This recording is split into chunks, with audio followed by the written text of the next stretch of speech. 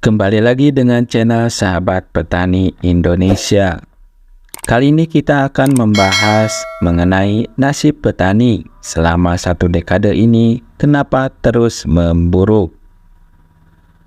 Kita akan kupas 4 poin penting terkait petani selama 10 tahun terakhir ini, yaitu bagaimana kesejahteraan petani di Indonesia. Yang kedua, sejauh mana akses produksi petani. Kemudian yang ketiga, apa pengaruh perubahan iklim terhadap petani. Dan yang keempat, apa kebijakan pemerintah untuk mensejahterakan petani. Yang pertama, bagaimana kesejahteraan petani di Indonesia. Nasib petani terus memburuk selama 1 dekade terakhir. Kesejahteraan petani dan lahan baku sawah abadi masih menjadi pekerjaan rumah bangsa Indonesia.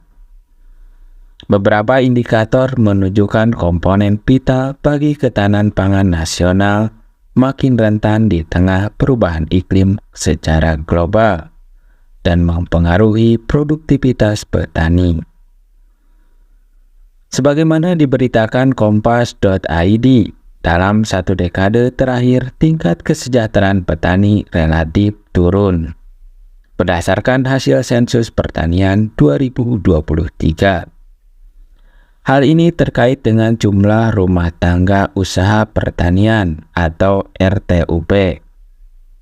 Lalu jumlah usaha pertanian perseorangan UTP dan kepemilikan lahan. Pada periode tahun 2023 sampai 2013, jumlah RUTP turun 5,1 juta rumah tangga. Namun, pada tahun 2013 sampai 2023, jumlah RTUP naik 2,28 juta rumah tangga, dari 26,14 juta rumah tangga menjadi 28,42 juta rumah tangga.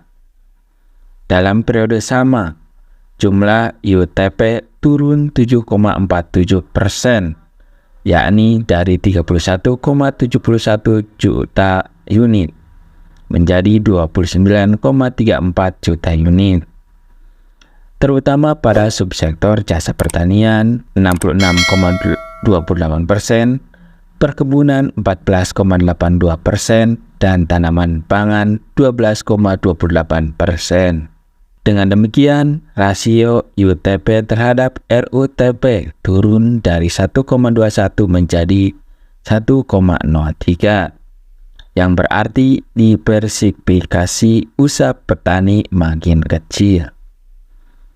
Hal tersebut disebabkan banyak petani yang semula beternak dan bertani kini hanya mengandalkan dari hasil pertanian. Akibatnya, kesejahteraan petani pun menurun. Sementara jumlah rumah tangga petani kecil dengan luas lahan yang dikelola kurang dari 0,5 hektar alias petani gurem meningkat signifikan dari 14,12 juta pada tahun 2013 menjadi 16,89 juta pada tahun 2023. Persentase petani gurem terhadap total rumah tangga petani juga naik dari 55,3% pada tahun 2013 menjadi 62,05% pada tahun 2023. Lalu sejauh mana akses produksi petani? Kesejahteraan petani juga bergantung pada luas lahan yang dimiliki. Seiring luasan kepemilikan lahan yang menyusut, kesejahteraan petani pun menurun. Karena itu, kepemilikan lahan pertanian perlu dijaga melalui penegakan aturan lahan bahan baku sawah abadi atau komitmen menjalankan program reforma agraria.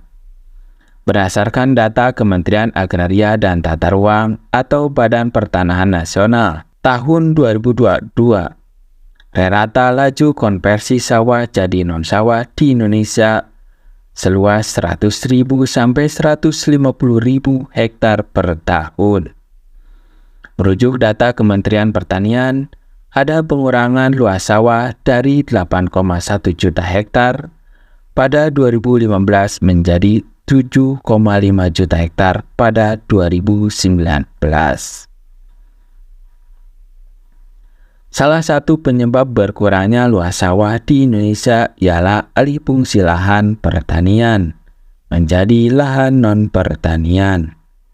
Contohnya, hasil kajian Asosiasi Bank Benih dan Teknologi Tani Indonesia menunjukkan penyebab utama bertambahnya petani gurem adalah penjualan sawah kepada petani lain atau pemodal besar.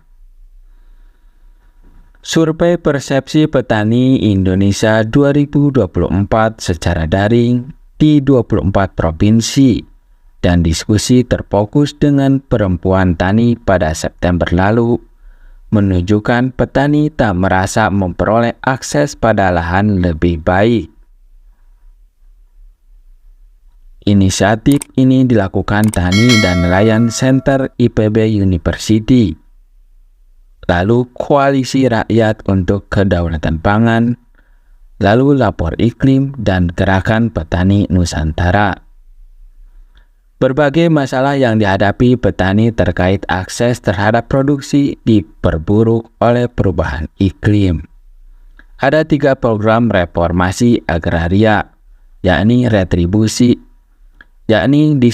redistribusi tanah 1,1 juta hektar bagi 1 juta keluarga petani kecil dan buruh tani per tahun. Distribusi 9 juta hektar tanah untuk petani dan buruh tani. Serta mendorong akses petani gurem pada kepemilikan lahan. Survei menyebutkan 65,5% petani menyatakan akses terhadap lahan tak bertambah. Bahkan hasil sensus pertanian oleh BPS pada tahun 2023 menunjukkan penyempitan lahan milik petani. Berdasarkan data BPS tahun 2023, ada 17,2 juta rumah tangga petani dengan status kepemilikan lahan di bawah 0,5 hektar. Jumlah petani gurem ini bertambah 2,62 juta atau 18,54% dibanding tahun 2013, yaitu sebesar 14,25 juta petani. Akses pada air irigasi pun stagnan. Meski Badan Perencana Pembangunan Nasional dan BPS melaporkan 10 tahun terakhir terbangun 1,3 juta hektar irigasi baru dan 229 bendungan tersebar di 18 provinsi, petani sulit mengakses pengairan. Hasil survei menyebutkan 44,1% petani tak mendapatkan akses pengairan sawah lebih baik karena saluran irigasi rusak dan pengaturan bermasalah. Sementara akses pemodalan tak membaik. Hasil survei Persepsi Petani menunjukkan 57,9% petani menyatakan tak mengalami perubahan akses permodalan dengan skema khusus bagi petani dari bank pemerintah dan lembaga keuangan lainnya.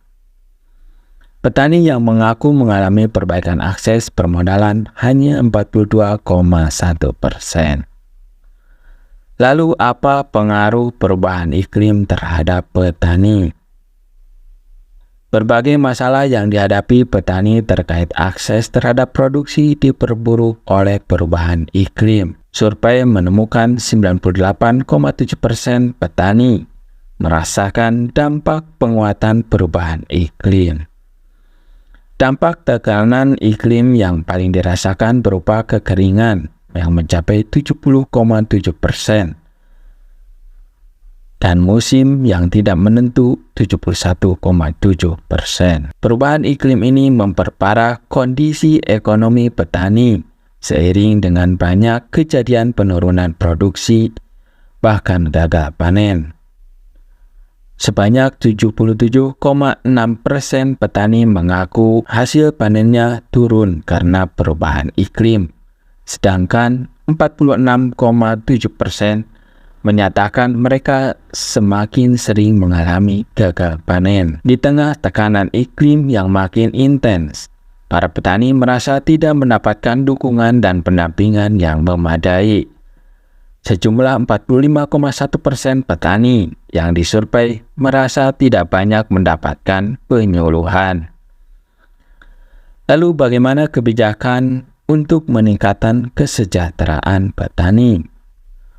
Untuk meningkatkan kesejahteraan petani, Badan Pangan Nasional Bappenas mengatur harga pembelian pemerintah HPP gabah kering panen (GKP) yang cukup menguntungkan petani, sebagaimana tercermin dari nilai tukar petani tanaman pangan atau NTP-TP. Rata NTP-TP pada 2023 sebesar 107,61 dan pada tahun 2024 berpotensi meningkat di kisaran 108 sampai 109. Pemerintah pusat dan daerah menegakkan regulasi perlindungan lahan baku sawah abadi. Hal ini perlu diimbangi kebijakan penyerta berupa pemberian insentif seperti membebaskan pajak bumi dan bangunan bagi petani, serta pembelian sawah oleh pemerintah saat petani menjual sawah. Selain itu, program sertifikasi tanah dan program redistribusi tanah perlu diterapkan. Dalam satu dekade terakhir, reforma agraria dinilai hampir tidak menyentuh redistribusi tanah melalui penyelesaian konflik-konflik agraria. Hal yang terjadi selama ini ialah agenda reforma agraria hanya menjadi agenda sertifikasi tanah biasa. Hal tak kalah penting ialah pengelolaan sumber daya air dan kesuburan tanah. Selain pemahaman pada iklim lokal, manajemen air dan karakteristik lahan, serta pengolahan lahan pertanian berkelanjutan, mutu benih padi dengan varietas tahan anomali iklim perlu jadi prioritas.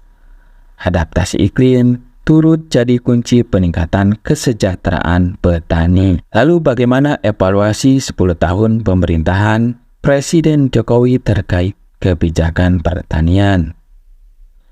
Selama satu dekade pemerintahan Presiden Joko Widodo, petani merasa nasib mereka tidak membaik.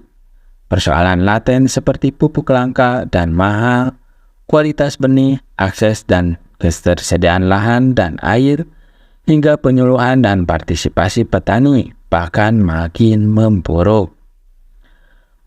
Demikian sahabat info yang dapat kami sampaikan. Semoga pemerintah mendatang lebih peduli terhadap petani. Terima kasih telah menonton video ini dan salam sukses untuk petani.